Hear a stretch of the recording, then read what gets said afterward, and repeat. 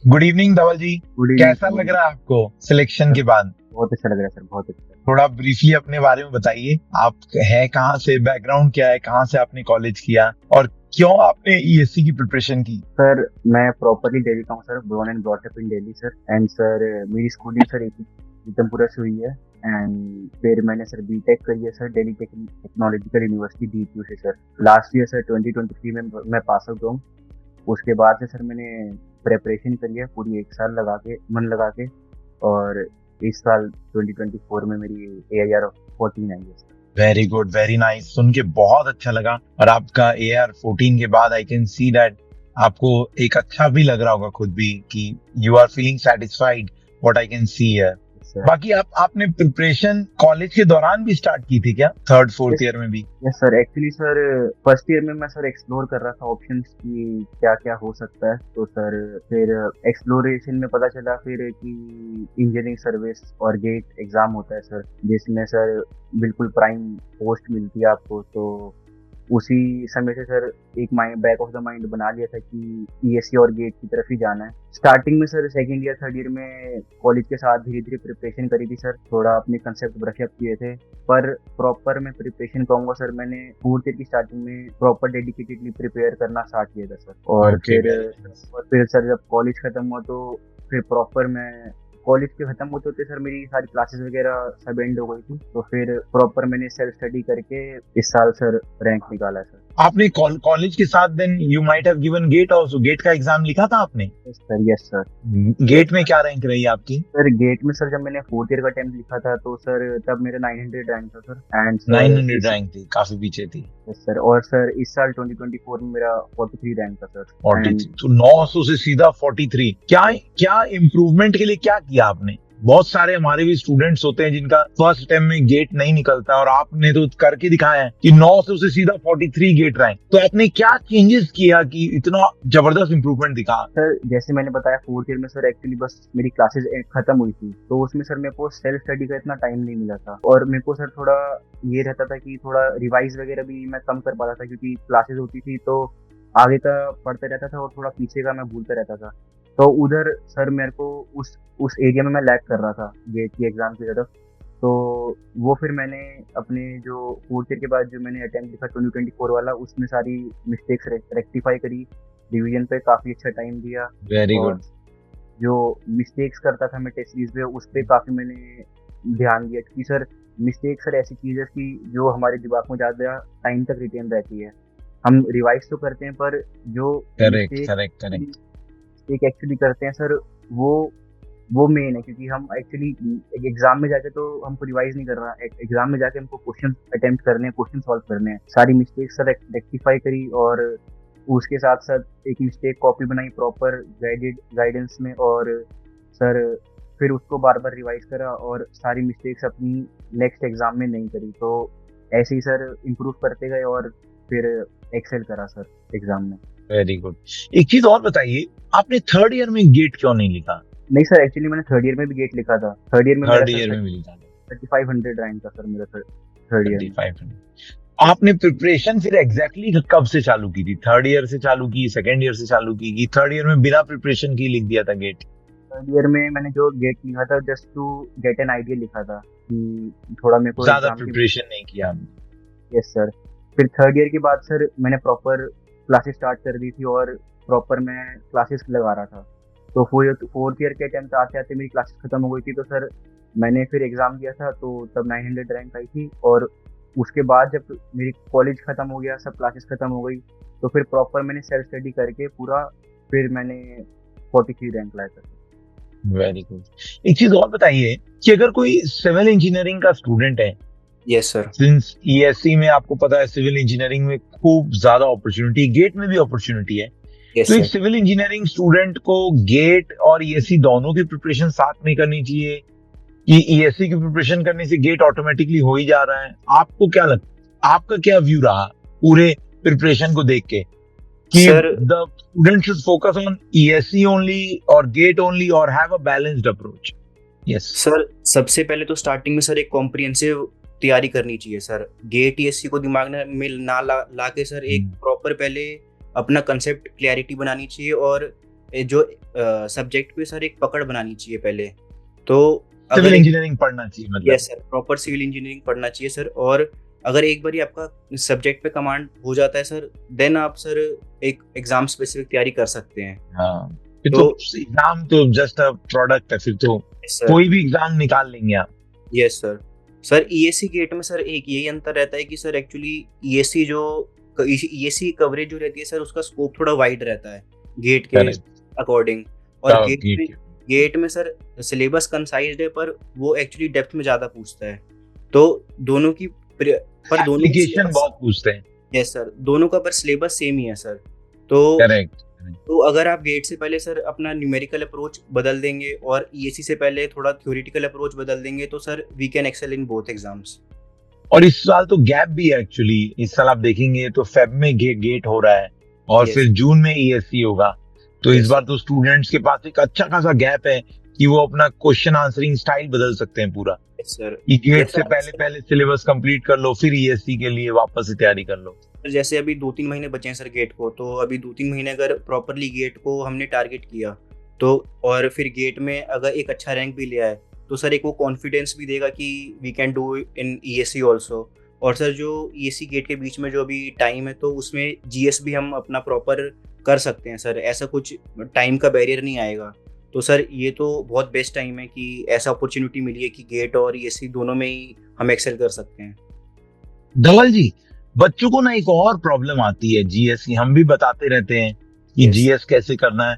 मैं आपसे सुनना चाहता हूँ कि यस सर। आपका जीएस में स्कोर क्या था लगभग। ऑब्वियसली अभी आपका स्कोर कार्ड तो नहीं आया, बट आपने स्कोर मिलाया होगा। तो पहले तो मुझे ये बताइए, आपका पेपर 1 दैट इज जीएस में कितना स्कोर था आउट ऑफ 200 मार्क्स? सर मैं एक्सपेक्ट कर रहा हूँ सर 80 to 85 मार्क्स। 80 to और 80, sir that's a decent score. Yes sir. Sir actually sir topper के मार्क्स भी सर 200 में से 100 ही रहते हैं मोस्टली 100 ही है। है। और सर हमारा जो मैथ्स और एप्टीट्यूड जो स्टैटिक पार्ट रहता है सर, वही प्रॉपर 50 मार्क्स का। ले आते हैं हम उसमें और आराम से। अगर सर हम उसी में 50 मार्क्स में से अगर 40 मार्क्स ले आते हैं, तो हमारा सर जो बैरियर बचता है सर, वो 60 मार्क्स का बचता है। और करेक्ट। 150 मार्क्स में सर 60 मार्क्स लाना सर कोई ज़्यादा बड़ी बात नहीं है। अगर हम कोई ज्यादा बड़ी बात नहीं। हर टॉपिक के अगर हम 3-4 क्वेश्चन भी सही कर लेते हैं, तो सर वो 60 मार्क्स कॉन्ट्रीब्यूट कर देता है। तो सर नहीं, वो को लगता है कि सर जीएस बहुत एक डिफिकल्ट बैरियर है सर, और मुश्किल भी पड़ता है वो। पर सर अगर हम 3-4 सब्जेक्ट को अगर पकड़ लें जो सिविल से रिलेट करते हैं, जैसे स्टैंडर्ड क्वालिटी, प्रोजेक्ट मैनेजमेंट और एनवायरनमेंट, और ये सारे हमारे कोर्स से भी रिलेट करते हैं, तो इन सबको पकड़ के हम अच्छे से कमांड बना सकते हैं और जीएस में एक डिसेंट स्कोर बना सकते हैं सर। और करेक्ट बाकी सर करेक्ट। अगर मैं बताऊं तो जैसे सर मेरे को आईसीटी और मटेरियल साइंस बहुत मतलब हेक्टिक सा लगता था, मेरे को पसंद नहीं था, तो वो मैंने ढंग से करा भी नहीं था। तब भी सर मेरा 80 to 85 स्कोर बन रहा है, तो वो और सर रैंक भी अच्छा आ गया है, तो वी कैन मैनेज।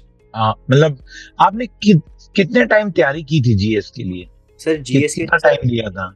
जीएस के लिए सर एक्चुअली मैंने टाइम बांध रखा था सर। मैं वैसे मेरा 8 to 8 का रूल रहता था सर, मैं सुबह 8 से शाम के 8 बजे तक पढ़ता था। तो लास्ट के Very जो good. 6 to 8 का एक मेरा स्लॉट रहता था सर पढ़ाई का, तो उसमें मैं प्रॉपर जीएस को ही टाइम देता था। और उसमें सर लास्ट इवनिंग वाला स्लॉट ये तो 6 से 8 था।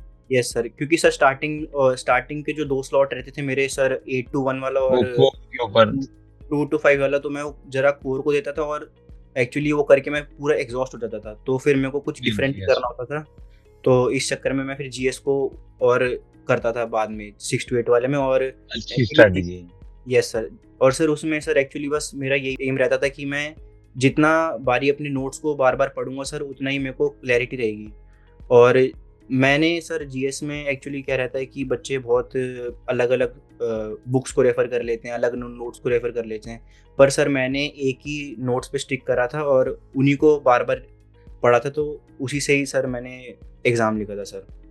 हम भी बच्चों को ये बोलते हैं कि हमने भी एक्चुअली एक जीएस का कोर्स लॉन्च कर रखा है, और जिसमें हमारे टीचर्स ने जो है जीएस को पूरा कंसाइज किया है। तो हम भी बच्चों को ये एडवाइस देते हैं कि आप सेल्फ स्टडी के चक्कर में मत पड़िए जीएस में, क्योंकि GS is a very huge topic. कोई भी Yes. एक मेंटोर को फॉलो करिए, जो भी आप फॉलो करना चाहते हैं, बट हाँ, फॉलो समबडी, यस ताकि आपको जो है इतना वास्ट नहीं पढ़ना पड़े, आप कन्फाइन कर सको अपने आप को, है ना। ये बहुत जरूरी है आपके हिसाब से भी सर। जीएस में you will have to confine yourself. Dhawal ji, मैं आपसे एक और चीज पूछना चाहूंगा कि हमने आपको मॉक का काफी सपोर्ट दिया हमारी Yes. टीम ने, yes sir. Was it helpful for you? आपको मॉक सेशन अच्छे लगे? मतलब उससे आपको लगा कि मॉक अटेंड करने से आपका इंटरव्यू स्कोर में जो है इम्प्रूवमेंट हुआ, और इम्प्रूवमेंट हुआ तो क्या आपको अच्छा लगा हमारे मॉक्स में? Yes sir. सर मॉक से सर बहुत इम्प्रूवमेंट हुआ सर, एक कॉन्फिडेंस आया था सर कि हमको कैसे डिलीवर करना है, और उन्होंने बहुत अच्छा गाइड किया था सर, क्योंकि सबसे पहला क्वेश्चन उन्होंने, एक्चुअली सर मेरा नाम बहुत यूनिक है, धवल, ज़्यादा बच्चों का नाम होता नहीं है, तो सबसे पहला क्वेश्चन ये था, धवल का मतलब क्या होता है? तो वो मैंने बताया था सर, और यही सेम क्वेश्चन मेरे को यूपीएससी में भी सबसे पहले यही पूछा था, what is the meaning of your name? तो सर अगर एक दो क्वेश्चन स्टार्टिंग के ही आपके थोड़े क्लिक कर जाते हैं, आपके एरिया में आ जाते हैं और क्लिक कर जाते हैं, तो सर आपका इंटरव्यू बहुत अच्छा जाता है। तो सर उसमें तो बहुत मेरे को हेल्प करा था। और सर एक्चुअली दिल्ली से हूँ, तो दिल्ली पॉल्यूशन पे भी क्वेश्चन बनता था, तो वो भी मॉक इंटरव्यू में भी आया था, और टेक्निकल मेंबर ने भी पूछा था सर। तो इसमें भी सर बहुत हेल्प हो गया था, और अच्छा मैं एक्सपेक्ट कर रहा हूँ अच्छा स्कोर अपने इंटरव्यू में भी सर। नहीं, आपकी पर्सनालिटी भी काफी अच्छी है, तो मैं भी एक्सपेक्ट कर रहा हूँ आपका स्कोर अच्छा रहा होगा। और आपका रैंक भी बता रहा है 14 रैंक आया है, तो 120 के ऊपर तो रहे होंगे आपके पक्के से इंटरव्यू में। Very good. नेक्स्ट चीज मैं पूछना चाह रहा था आपसे कि जो हमारा पैनल था और जो यूपीएससी का पैनल था, क्या वो सिमिलर सा ही था? आपको सिमिलर सा ही लगा कि ऐसा तो नहीं था कि हमारा पैनल कुछ अलग ही चल रहा है? और यूपीएससी वाली फीलिंग आ रही थी कि नहीं आपको हमारे पैनल? यूपीएससी वाली फीलिंग पूरी आ रही थी, क्योंकि सर चेयरपर्सन जो मॉक इंटरव्यू में थे वो भी सर काफी एक्सपीरियंस थे, और ex IAS officer, retired IAS officer Gulati ji थे आपके तो। Yes sir. और सर जो हमारा ओरिजिनल इंटरव्यू हुआ था सर, उसमें भी काफी एक्सपीरियंस थे, तो को उनका सर थिंकिंग प्रोसेस जो मेरे को लगा, तो वो सिमिलर ही लगा सर। वो भी उन्होंने भी सर डैफ से ही कुछ ना कुछ मेरा क्वेश्चन निकाल के पूछा था, और जो चेयरपर्सन थे ईएससी में सर, उन्होंने भी मेरे डैफ में से कुछ ना कुछ ऐसे ही निकाल के पूछा था। तो उन्होंने बताया था कि जो एकदम डैफ में आपने एक एक शब्द लिख रखा है, उसको प्रॉपर एक्सप्लेन करना है आपको, और उसी से आपके अच्छे मार्क्स बनेंगे। नाइस। क्या आपने शॉर्ट नोट्स बनाए थे? सर मैंने शॉर्ट नोट्स बनाए थे सर, पर एक्चुअली मेरे को ज़्यादा वो काम आए नहीं। लोग बच्चों को आते हैं, पर सर मेरे को आए नहीं, क्योंकि सर एक्चुअली जब मैं शॉर्ट नोट्स पढ़ता था, तो मेरे को एक प्रॉपर मेन करेक्शन नहीं मिलता था सब्जेक्ट का। सर एक्चुअली मेन एम रहता है शॉर्ट नोट्स का कि हम थोड़े से समय में ज़्यादा सब्जेक्ट रिवाइज कर ले। तो सर एक्चुअली मैंने अपने मेन नोट्स को ही इतनी बार रिवाइज कर लिया था कि वो विद इन शॉर्ट नोट्स की तरह लगने लग गए थे। तो यही होता है। 2.5 आवर्स में मैं सर एक 500 पेज का सब्जेक्ट पूरा रिवाइज ही कर लेता था। तो सर तो फिर शॉर्ट नोट्स की जरूरत पड़ेगी सर, मेरे को ये होना नहीं चाहिए। शॉर्ट नोट्स कितनी बार रिवाइज कर दिया होगा आपने अपना एक सब्जेक्ट? मान लीजिए जियोटेक मेरा टॉपिक है, मैं आपसे पूछ रहा हूँ सर कितने बार रिवाइज कर दिया? रिवाइजिंग का सर मैं आपको ऐसा बता देता हूँ सर, एक नया कागज होता है, और एक सर 10 रुपए का नोट सर एकदम पुराना नहीं हो जाता सर, जैसे कागज हो गए थे सर, बार पलट के पेजेस।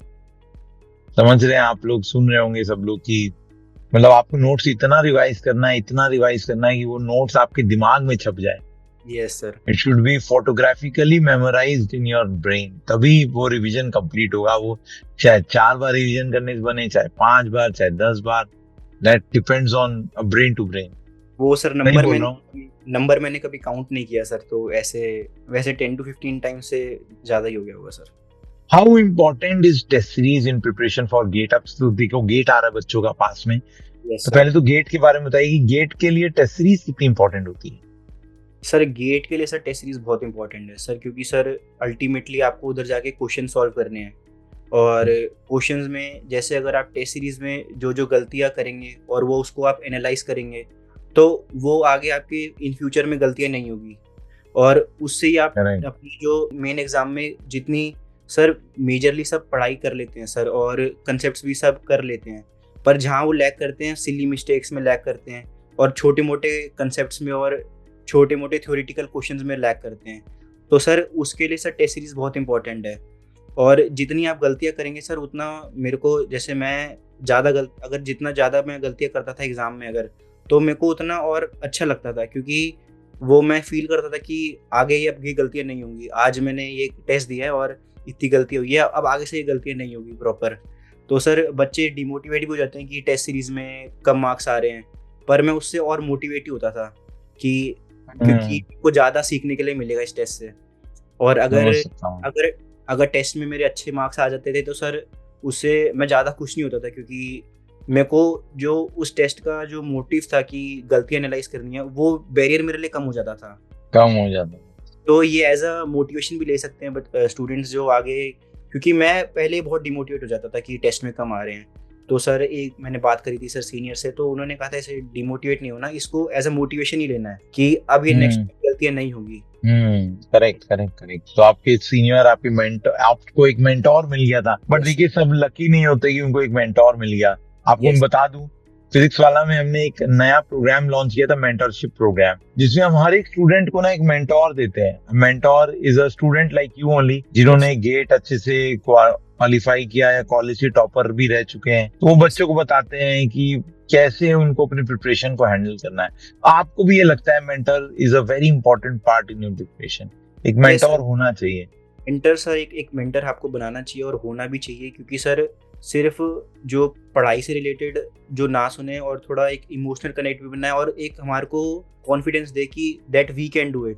करेक्ट एक करेक्ट। मेंटर तो बहुत जरूरी है सर। एक हमारी गेट वाला में भी हमने काफी एक एक्सटेंसिव टेस्ट सीरीज बना रखी है। मैं बताता हूँ आपको कि we have topic wise test, then we have subject wise test, then हमने MST mix subject wise test भी किया है, फिर देन फुल टेस्ट। तो इतना एक्सटेंसिव प्रोग्राम है जिसमें हर एक कंसेप्ट पे कम से कम 4 या 5 क्वेश्चन तो बने हैं पूरी टेस्ट सीरीज में। इतने टेस्ट दे दिए हमने। मुझे लगता है अगर इतना टेस्ट अगर बच्चा दे दे तो इट्स मोर देन इनफ। वो मतलब एग्जाम से डर निकल जाएगा उसका। नहीं सर, एक सर फियर फैक्टर सर एक बार ही निकल जाता है सर, और एक कॉन्फिडेंस आ जाता है, तो सर एक्सेल करना बहुत इजी रहता है टेस्ट में। बच्चों का एक और डाउट रहता है कि ईएससी मेंस की तैयारी कैसे करें। अब जैसे अब प्रीलिम्स, और इस बार प्रीलिम्स और मेंस के बीच में गैप भी कम होगा, 2 महीने का ही होगा। तो Yes, sir. क्या गाइड करना चाहोगे आपकी मेंस के लिए? फिर कैसे तैयारी करोगे सर बच्चे जैसे इस बार एक्चुअली सर टाइम कम है मेंस के लिए, तो सर हमको ये प्री और मेंस की तैयारी साथ में लेके चलनी पड़ेगी। और एक्चुअली सर अगर आप एक मेंस का कन्वेंशनल क्वेश्चन सॉल्व करते हैं तो सर उसमें ही 3-4 आपके प्री के क्वेश्चन छुपे होते हैं छोटे छोटे कंसेप्ट्स में। तो अगर आप मेंस का एक कन्वेंशनल क्वेश्चन लगा रहे हैं तो it is equal to 5 questions of pre questions. तो सर साथ साथ तैयारी करी जा सकती है। और सर जैसे ही थोड़ा प्री पास में आ रहा है तो आप प्रॉपर एक एमसीक्यू अप्रोच पे शिफ्ट कर जाओ सर 1 महीने पहले, और उसके बाद प्री अच्छे से दे के sir then 2 months is more than enough sir for test series and PYQs practice. Sir उस 2 महीने में सर मन लगा के सर प्रॉपर प्रैक्टिस करो। सर एक्चुअली मेरा मेंस के लिए एक रूल रहता था 1 pen per day रूल। तो सर मेरा तो ये रहता था कि 1 पेन है, ये मेरे को आज पूरे दिन में 1 ही पेन खत्म करना है लिख के, जो भी क्वेश्चन मैं सॉल्व कर रहा हूँ या थ्योरी की क्वेश्चन लिख रहा हूँ या टेस्ट सीरीज लगा रहा हूँ, तो ये पूरा 1 पेन मेरे को आज 1 दिन में खत्म करना है। तो ऐसे आप पेन 1 दिन में खत्म कर देते? Yes sir. मैं सर मेंस जब मेरा प्री का रिजल्ट आया था कि सिलेक्शन हुआ है, तो उसके बाद मैं 90 पेन्स ले आया था एक साथ 90 डेज के अकॉर्डिंग। तो मैंने सर 90 पेन पूरे खत्म करे हैं सर। उसकी मैंने फोटो वगैरह भी पूरा था सर। तो वो शेयर करिएगा यार, मेरे टेलीग्राम चैनल में है क्या? Are you on my Telegram channel? Sir अभी तो नहीं है सर। मेरे चैनल को आप सब्सक्राइब करिएगा प्लीज। बादल सर PW करके चैनल है।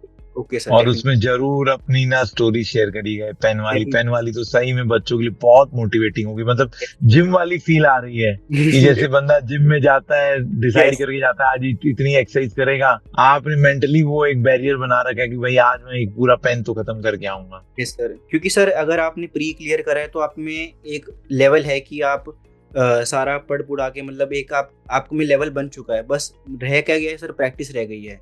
और वो प्रैक्टिस तभी आएगी जब आप पेन को घिसोगे प्रॉपर।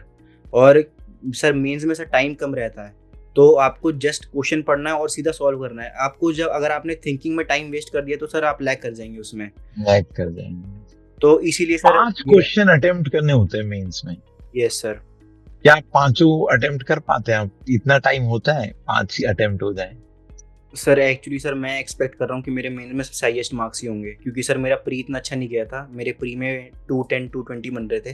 तो मेरे को लग रहा है मेरे मेंस में काफ़ी अच्छा स्कोर है। और मैंने जब टेस्ट सीरीज से लगाया, मतलब सॉल्यूशन से मैंने जब आंसर निकाले तो सर मेरा 430 440 बन रहे थे मार्क्स।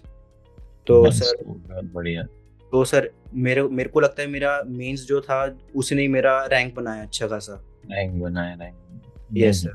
तो आप आपने 5 क्वेश्चन अटेम्प्ट कर पाए थे आप एग्जाम वाले दिन? यस सर मैंने कर लिया था, 5 क्वेश्चन कर लिया था, पर वेरी गुड, मेरे वेरी को गुड। मिस्टेक्स हुई थी पर कुछ। स्टूडेंट 4 4.5 से ज्यादा कर नहीं पाते। यस सर मेरा जो एकदम जो पेपर 1 था सर, जिसमें स्ट्रक्चर वगैरह रहता है सर, वो तो मेरा ऑन टाइम खत्म होता 3 घंटे में। पर पेपर 2 सर मेरा आधे घंटे पहले खत्म हो गया था।